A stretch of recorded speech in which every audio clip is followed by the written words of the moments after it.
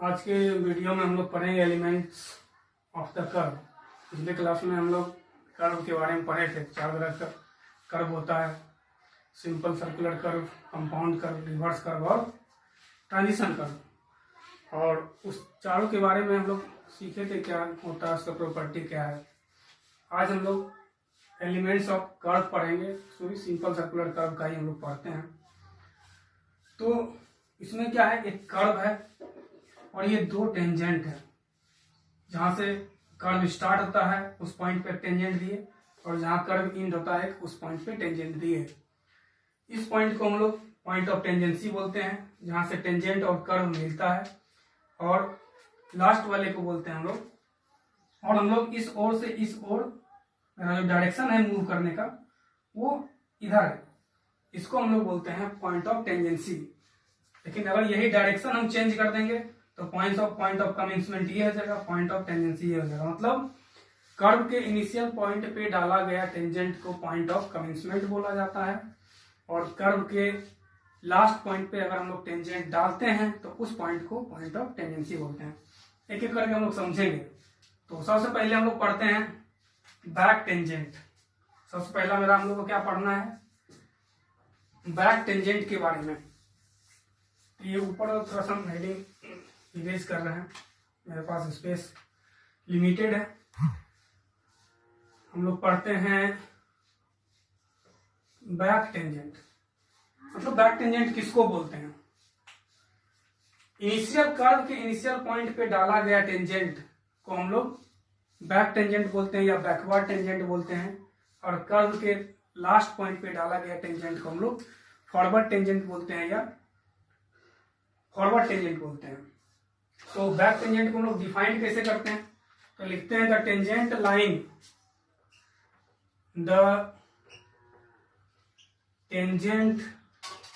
Line before the beginning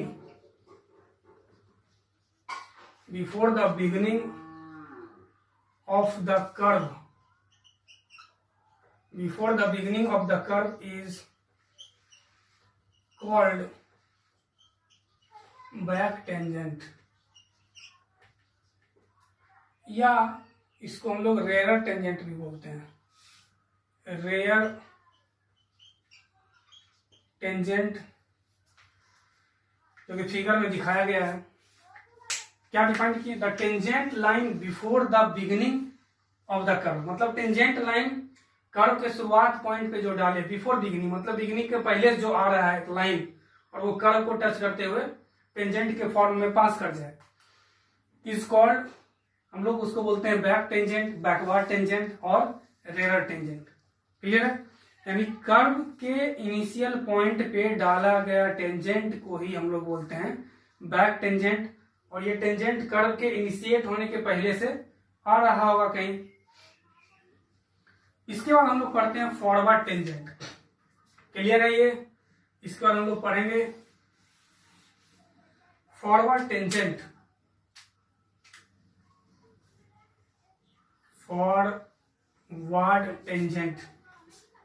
इसके बारे में भी समझे हम लोग कि कर्व के लास्ट पॉइंट पे डाला गया टेंजेंट को हम लोग फॉरवर्ड टेंजेंट बोलते हैं। इसको डिफाइन करते हैं the tangent line after the tangent line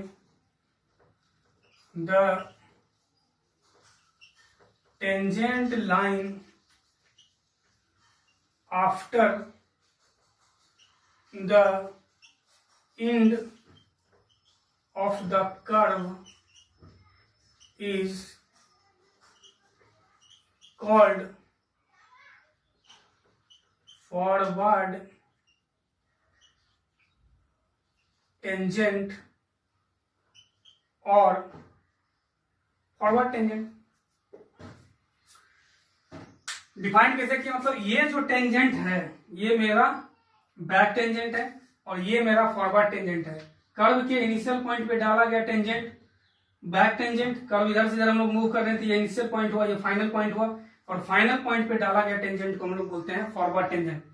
and the tangent line after the end of the curve, मतलब जहां कर्व खत्म हो रहा है उस पॉइंट पे अगर हम लोग टेंजेंट डालते हैं तो उसको हम लोग बोलते हैं फॉरवर्ड टेंजेंट।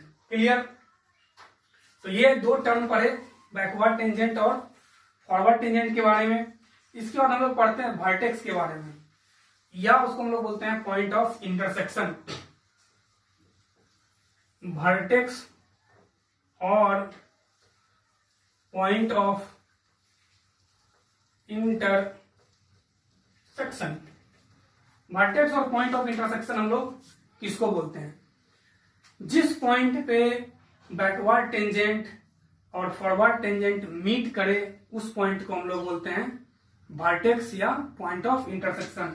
यानी मेरे कहने का सेंस क्या होगा, आप लोग समझ रहे होंगे हम क्या कहना चाह रहे हैं। मतलब आई के बारे में हम कहना चाह रहे हैं, आई पॉइंट को हम लोग क्या बोलते हैं, वर्टेक्स बोलते हैं या पॉइंट ऑफ इंटरसेक्शन बोलते हैं। तो इसको हम लोग कैसे डिफाइन करते हैं? द पॉइंट वेयर, शॉर्ट में लिख रहे हैं हम लोग, back tangent and forward tangent meet is known as vertex or point of intersection। मतलब वो पॉइंट जिस पॉइंट पे फॉरवर्ड टेंजेंट और बैकवर्ड टेंजेंट आके मिले, मीट करे, उसी को हम लोग बोलते हैं। डिफिनेशन में ये लिखे हैं, the point where back tangent and forward tangent meet is known as vertex of the vertex or point of intersection। या उसको vertex बोलेंगे या हम लोग point of intersection बोलेंगे। मतलब फिगर में किसको डिनोट कर रहे हैं हम लोग? I को। I is the vertex और point of intersection। मतलब I को हम लोग vertex बोल रहे हैं या point of intersection बोल रहे हैं। इसका दो टर्म है और दोनों टर्म बहुत ही इंपॉर्टेंट है। फर्स्ट है angle of intersection, angle of intersection, और सेकेंड है एंगल ऑफ डिफ्लेक्शन। ये दोनों समझना बहुत ही जरूरी है।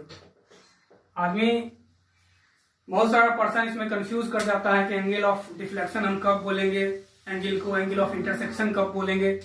तो ये जस्ट हम लोग टेक्योमेट्री थियोडोलाइट में पढ़े थे, इसके बारे में थोड़ा सा हम पढ़ाए थे, यहाँ फिर से देखते हैं।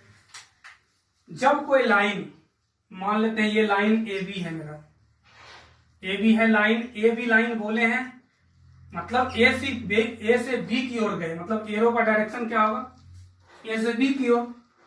और फिर एक लाइन है, इसको आगे बढ़ा देते हैं हम लोग, एक लाइन है मान लेते हैं BC, यानी बोले हैं कि हम लोग BC, यानी B से किधर गए, C की ओर। ये डायरेक्शन बहुत ही इंपॉर्टेंट है, डायरेक्शन ही बताता है कि एंगल ऑफ इंटरसेक्शन कब होगा, एंगल ऑफ डिफ्लेक्शन कब होगा।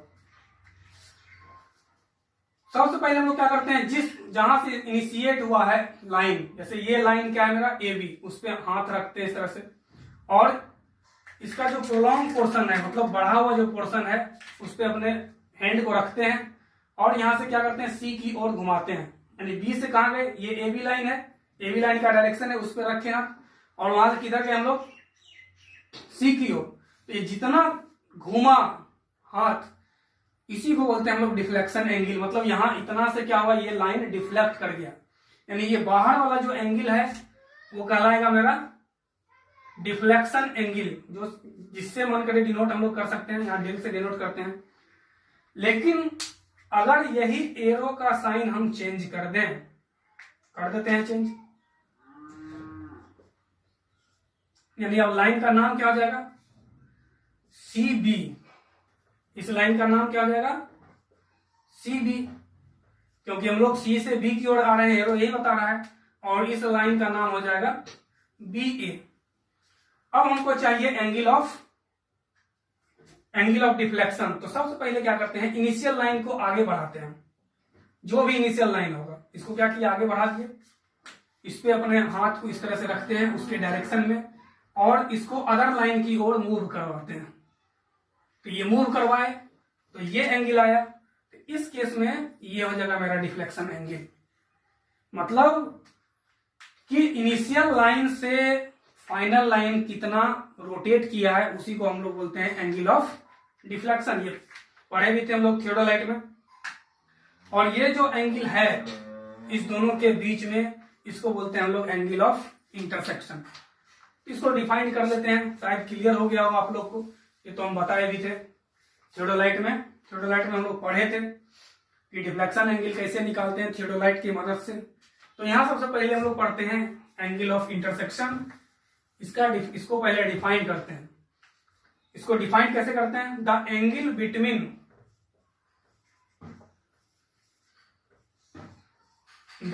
बिटवीन बैकवर्ड टेंजेंट, यानी मेरे कहने का मतलब हुआ IT1, ये बैकवर्ड टेंजेंट है, एंड पूरा लिख देता हूं मैं, back tangent and forward tangent, यानी IT2 is called angle of intersection, is called angle of intersection। यानी क्या डिफाइन किए? The angle between back tangent, ये बैक टेंजेंट है यानी IT1, एंड फॉरवर्ड टेंजेंट यानी IT2 is called angle of intersection. यानी मेरा एंगल T1 IT2 को ही क्या बोलते हैं हम लोग? एंगल ऑफ इंटरसेक्शन बोलते हैं। इसी को हम लोग क्या बोलते हैं? एंगल ऑफ, मतलब ये जो एंगल है, मतलब ये बीच वाला एंगल जो आ रहा है दोनों के बीच में, इसी को हम लोग बोलते हैं एंगल ऑफ इंटरसेक्शन। अब हम लोग समझेंगे एंगल ऑफ डिफ्लेक्शन के बारे में।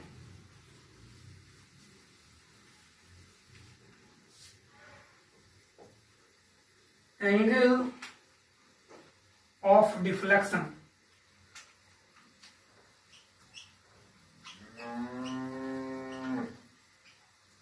एंगल ऑफ डिफ्लेक्शन, तो इसके बारे में भी अभी हम लोग सीखे कि बैकवर्ड टेंजेंट पे हाथ को रखना है और इसको फॉरवर्ड टेंजेंट की ओर मूव करना है।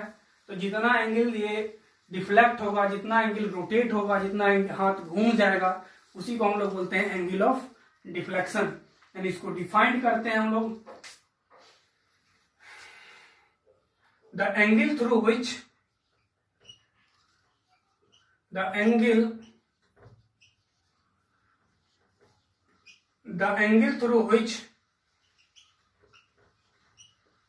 forward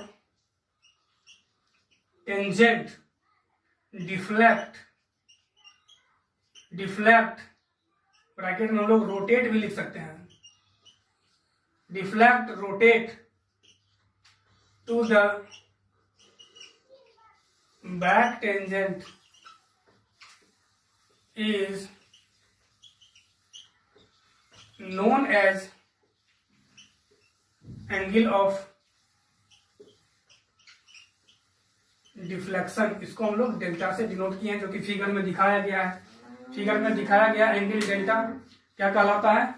angle of deflection. यानी ये जो एंगल है मेरा, ये एंगल ऑफ डिफ्लेक्शन है, और ये जो एंगल है एंगल ऑफ इंटरसेक्शन है। यानी कहीं पे भी आपको एंगल ऑफ इंटरसेक्शन निकालना पड़े या एंगल ऑफ डिफ्लेक्शन निकालना पड़े तो कोई कष्ट नहीं होगा, क्योंकि हमेशा एंगल ऑफ डिफ्लेक्शन निकालने के लिए क्या करते हैं?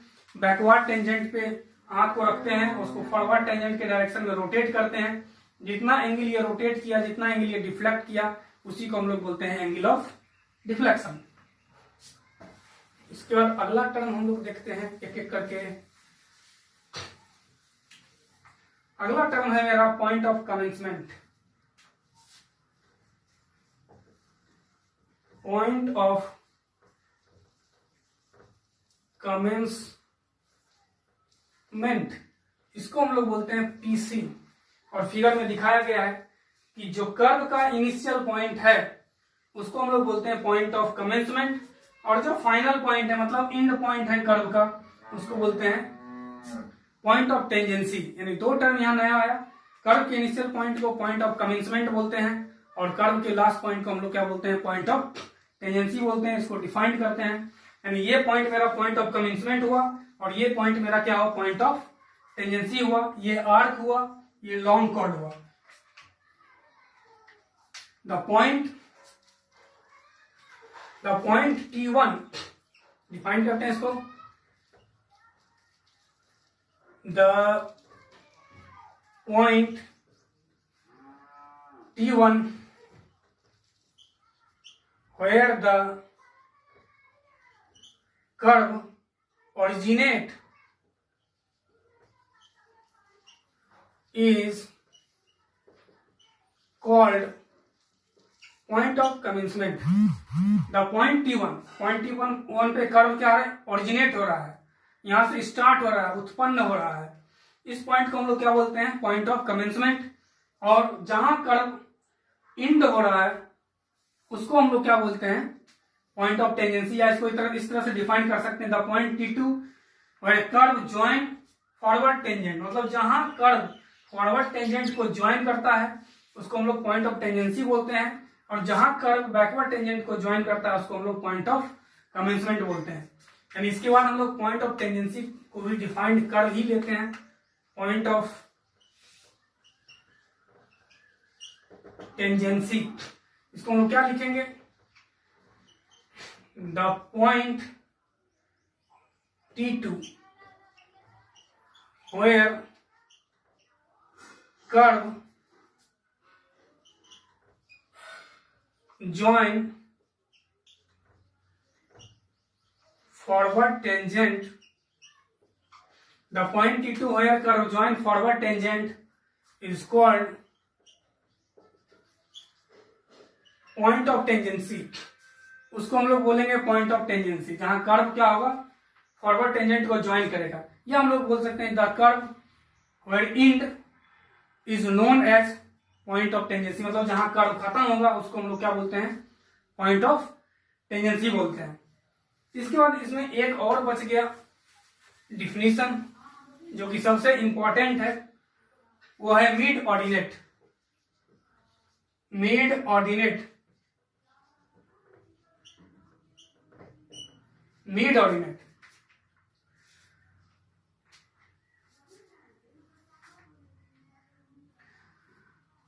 ये मेरा कर्व है जिसको हम लोग क्या बोलते हैं, आर्क। और ये सारा कॉर्ड है, ये कॉर्ड है, ये कॉर्ड है, ये सारा कॉर्ड है, ये लॉन्ग कॉर्ड है।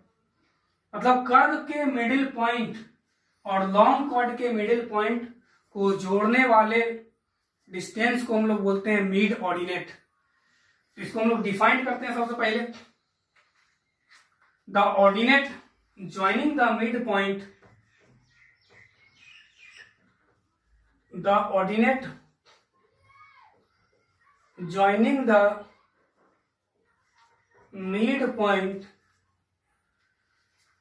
Of curve and long chord is known as mid ordinate.